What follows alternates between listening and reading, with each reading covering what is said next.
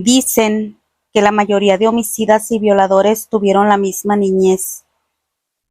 Y luego otros dicen por ahí que criemos con amor a nuestros hijos y que no dañemos su infancia para que puedan ser personas de bien sin traumas y que no se haga una cadena en la vida. Pero yo creo que es decisión propia la cara que decides mostrarle al mundo, porque yo he conocido gente con infancias peores y tienen el corazón más noble y suelen tener más conciencia sobre el dolor y tratan de vivir haciendo las cosas bien, evitando el daño que ellos tuvieron que pasar, como también he conocido personas con vidas maravillosas, normales, tomando las peores decisiones y haciendo los daños más grandes.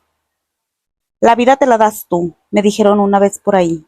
Y sí, siempre es una decisión, porque él pudo buscar ayuda, pero decidió no hacerlo, y en lugar de eso decidió acabar con la vida de seres inocentes sin tener ningún tipo de remordimiento. Muchos dicen que no le temamos a los muertos ni a los fantasmas, que mejor nos cuidemos de los vivos. Y es que el mundo está lleno de demonios disfrazados de seres humanos. Pero siempre es bueno aconsejar a los niños no hablar con adultos y no aceptar regalos e invitaciones. ¿Por qué? Garavito anda suelto. A principios del año 1999, las autoridades de Colombia llevaban ya un tiempo buscando al autor de cientos de crímenes terribles y espeluznantes que se atribuyen al satanismo por la manera del hallazgo y los cadáveres. El 22 de abril de 1999, las fuerzas de seguridad de la localidad de Villavicencio, capital del departamento de Meta, recibieron un llamado de emergencia alertando que un sujeto había intentado abusar de un joven. Luis Alfredo Garavito Cubillos, apodado La Bestia, el monstruo de Génova, el loco, el monje, el cura, Conflicto, Tribilín, Bonifacio, Morena Liscano, Alfredo Salazar, nació el 25 de enero de 1957 en Génova, Quindío, Colombia. Sus papás, Manuel Antonio Garavito y Rosa Delia Cubillos. Hijo mayor y segundo de 7 hermanos. Tenía 3 hermanos y 3 hermanas. Garavito alegó que su padre era adúltero, borracho, machista y muy estricto, y muchas veces abusivo, física y emocionalmente, durante toda su infancia, y describió a su madre como una mujer violenta que le dio poco cariño y cuidado cuando era niño. Debido al conflicto armado en curso en Colombia, en este momento, la familia se mudó a Ceilán, Valle de Cauca, antes de que Garavito ingresara a la escuela primaria. Estudió hasta quinto de primaria en el Instituto Agrícola, en el corregimiento de Ceilán. Como resultado de las frecuentes infidelidades y hábitos de bebida de su padre, la pareja frecuentemente peleaba verbal y físicamente en presencia de sus hijos, a quienes cuidaban en gran medida. Tuvo la desgracia de pertenecer a una familia que se pasaba el tiempo discutiendo, peleando y lanzando palabras de gran calibre.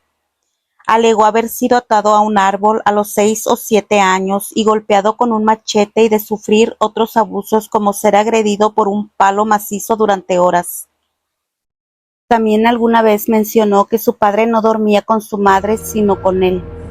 Un día su padre lo estaba bañando y comenzó a acariciarle sus partes íntimas.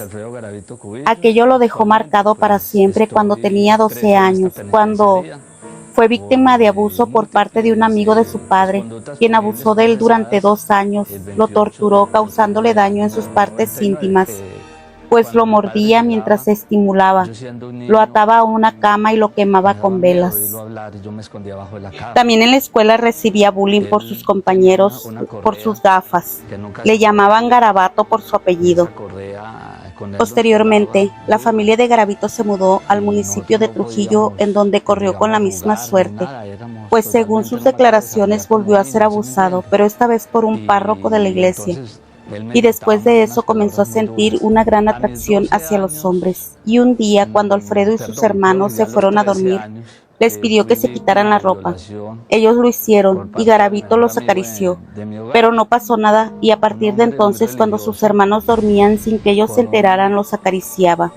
y eso le provocaba un No gran sé, ¿no? placer. Con una persona que era el A la edad de sacerdote del 15 pueblo. años intentó abusar de un chico, a quien acorraló e intentó Sentía tocarle atracción sus por las partes mujeres, pero íntimas, sentía pero más fue atracción hacia descubierto los porque la hombres. Siento víctima que cuando gritó. veía a un joven, Su padre lo reprendió diciéndole que una por qué no persona había joven, cometido el de delito contra pronto, una mujer, y desde ahí digamos, terminó la un convivencia con su joven de padre y su 13, familia. 14 años, Pues le luego del parecía incidente lo echaron de la inconscientemente, casa. sin yo El entender chico qué me estaba muy pasaba, confundido que ese e niño no me intentó tener gustaba, relaciones con yo lo mujeres, codiciaba, mas se dio ¿sí? cuenta que no le atraían, y al sentirse frustrado, comenzó a beber sin control, viviendo una vida entre violencia y depresión.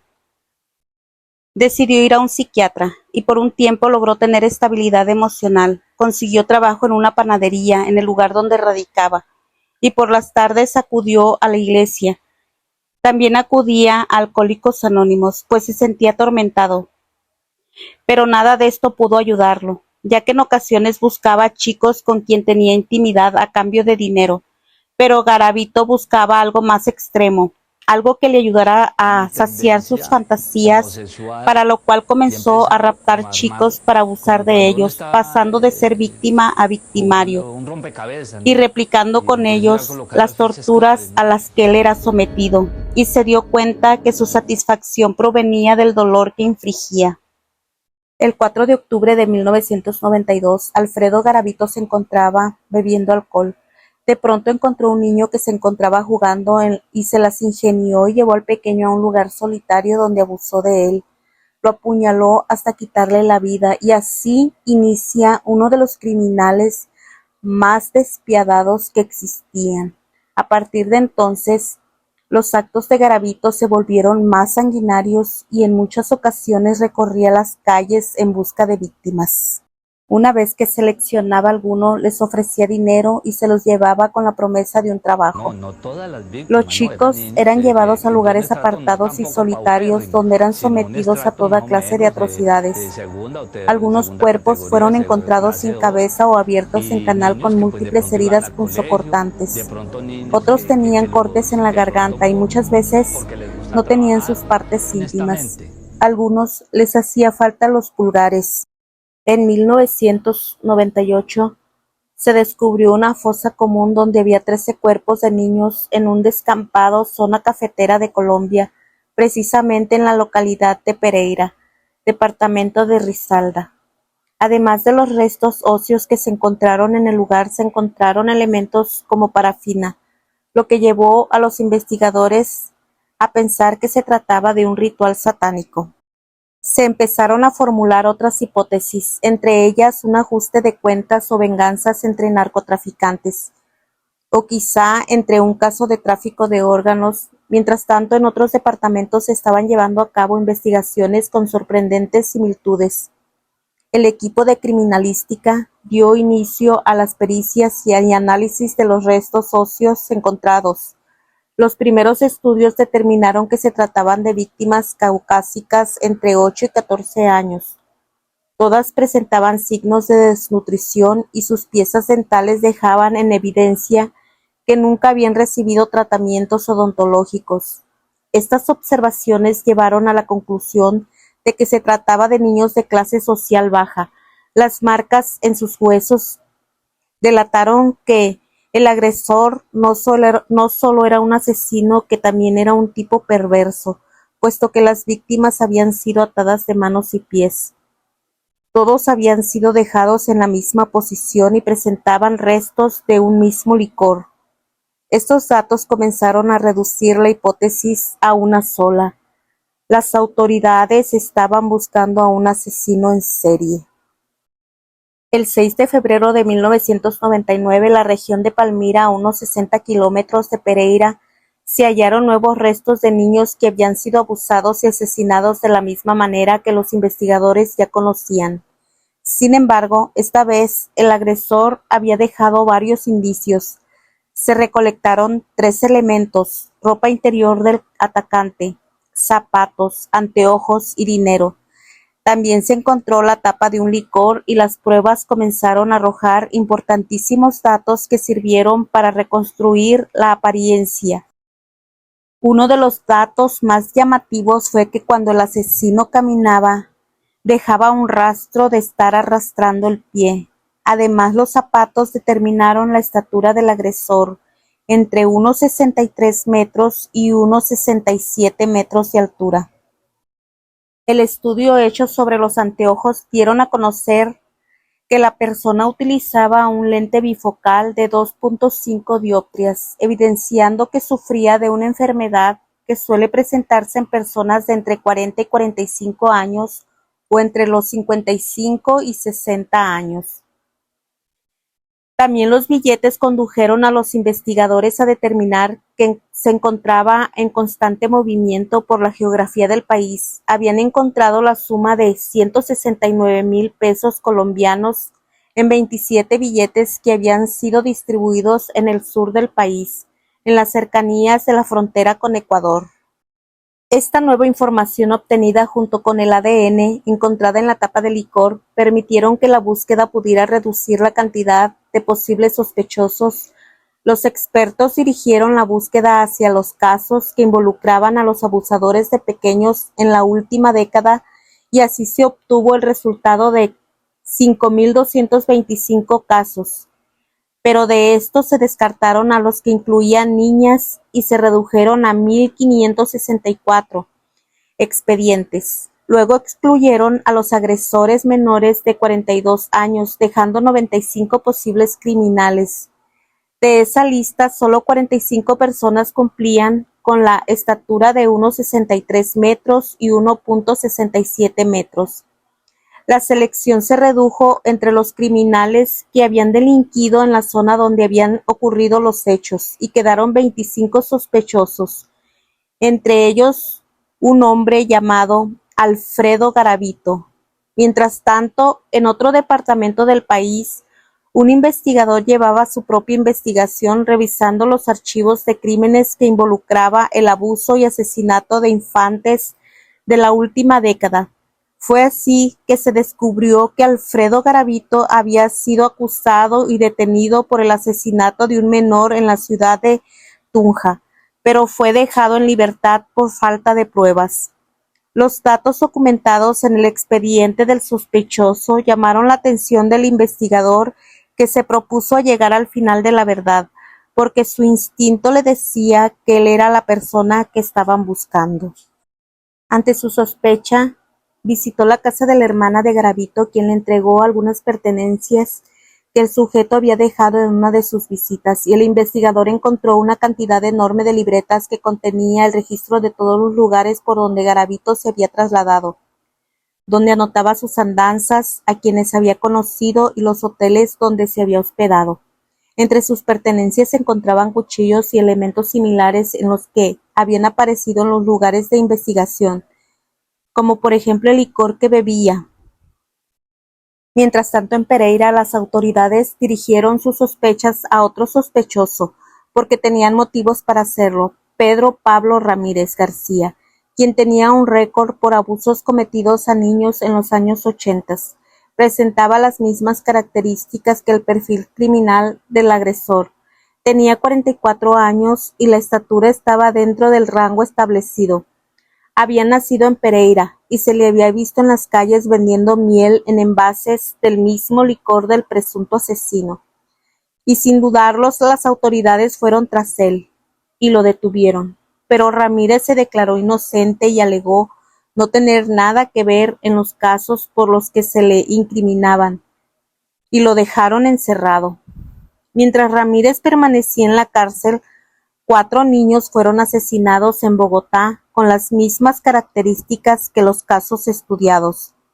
Después de un año, el reporte de la desaparición de un niño en Villavicencio, departamento de Meta, encendió las alertas de la policía, y en las primeras horas del 22 de abril de 1999, cuando Iván Sabogal, de 12 años, no regresó a su casa en el horario acordado, comenzaron a preocuparse. Esa mañana, como tantas otras, el niño había ido al Parque de los Centauros, ubicado en el centro de la ciudad de Villavicencio. Ahí, junto a otros niños, Iván trabajaba vendiendo billetes de lotería. En casa de María, su madre, lo esperaba, pero las horas pasaban y el niño aún no regresaba. La mamá del niño se dirigió al departamento de policía y denunció la desaparición de su hijo. Rápidamente la policía respondió y comenzaron a buscar al menor. El fiscal Villavicencio, un indigente que casualmente pasaba cerca del lugar donde el sujeto lo tenía maniatado de pies y manos, e intentaba hacerle daño, y escuchó los gritos de auxilio del niño y sin dudarlo ahuyentó al agresor con piedras y elementos que se encontró a su paso. El agresor escapó y el indigente puso en resguardo al niño, hasta informar a la policía. Cuando las autoridades arribaron al lugar, les indicó la dirección que había tomado el agresor. Se empezó la búsqueda del agresor. Era un sitio muy complicado de transitar. Era de noche y había mucha vegetación. Cerca de las 8:30 de la noche, una patrulla llevaba a Iván y a su madre hacia el departamento de policía para hacer la denuncia correspondiente. En 1999, Luis Alfredo Garavito la Bestia, o el monstruo de Génova, como se le conoce, fue sentenciado a 1.853 años de prisión por la sumatoria de 170 abusos y asesinatos a menores, aunque confesó que fueron más víctimas. Fue imposible encontrarlas a todas. De esos 1.853 años, la pena quedó reducida a 40 años, porque la condena perpetua ni la pena de muerte son parte del Código Penal de Colombia. Se declaró creyente, leía mucho la Biblia y fue bautizado ante la iglesia pentecostal, argumentando que se había arrepentido y que había sufrido mucho y que ya había recibido el perdón de Dios. En una de las entrevistas, él dijo que cuando su padre llegaba a él siendo un niño y le daba miedo y se escondía abajo de la cama, pues su padre siempre tenía una correa con las que le pegaba duro y eso lo marcó. Y también dijo en la entrevista que su tendencia homosexual era como un rompecabezas, donde él empezaba a armar las fichas claves y sentía atracción por las mujeres, pero sentía más atracción hacia los hombres. Cuando veía a un joven de unos 12, 13, 14 años, él sentía que ese niño a él le gustaba. Él narra que a los 13 años fue víctima de violación por parte del mejor amigo de su hogar. Al parecer no lo dejaba muy en claro, pero dice que el sacerdote del pueblo. Y entonces él dice que cuando él financia, quizá quiso decir cuando tiene dinero manda matar a esa persona, y es ahí donde él pierde el control, y dice que al año completito, así lo dice él, aparecieron los homicidios con menores. También cuenta que estaba inclinado por los libros de esoterismo y magia negra, y que en esos días leyó un libro de Adolfo Hitler. Y es donde le entra la obsesión, pues también a Adolfo Hitler lo maltrató su papá, y también tuvo una relación homosexual a sus 15 años. Dice que en un libro de magia negra lee cómo se maneja la ouija y que empieza a meterse en las profundidades del satanismo, y que vio que esa obsesión que tenía por poder y dinero, que esta era una opción muy buena, y que optó por vender el alma al diablo. Y que en ese momento, al hacer el pacto, escucha una voz, se corrieron las cortinas, se le paró el pelo y entró en una psicosis, y que la voz le dijo que quería, y él dijo que quería poder, y que la voz le dijo, ¿me quieres servir? Y él contestó, le quiero servir. A Garavito le figuraban múltiples delitos como acto sexual violento, homicidio, acceso carnal violento, secuestro simple de incendio culposo. Además presentaba 48 condenas en Colombia, también fue a Macua, donde cumplía su condena hasta su muerte en 2023. El 10 de marzo del 2020, Garavito fue diagnosticado con leucemia. También padecía cáncer de ojo. Murió el 12 de octubre del 2023 a la 1 p.m. en la Clínica Nueva Santo Tomás del Caribe de Valledupar. Garavito dio varias entrevistas en las que dejó ver su lucidez y frialdad. Alegó que cometió los crímenes por haber estado poseído por el diablo. En el 2016 dijo que cometió una serie de conductas que infringían las normas penales y las morales, y que era un ser humano como cualquier otro con unas fallas, pero que no era peligroso. Lo importante es que eso ya pertenecía al pasado, agregó. Para el hombre no tendré perdón, pero para Dios sí. Garavito cometió sus crímenes de forma ordenada y premeditada. Su perfil coincidía con el de un psicópata. Los investigadores hallaron que se hacía pastas en entrevistarlo por última vez en 2022, relató. Con el ojo derecho, que es el que le queda abierto, era como si lanzara unos rayos X que te llegaran al hueso, a lo más adentro. Es un tipo que te trata de intimidar. Garavito se disculpó con las familias de las víctimas en una audiencia judicial. Quiero pedir perdón por todo lo que hice y voy a confesar. Sí los maté y no solo a eso, maté a otros. Cuidado, porque Garavito anda suelto.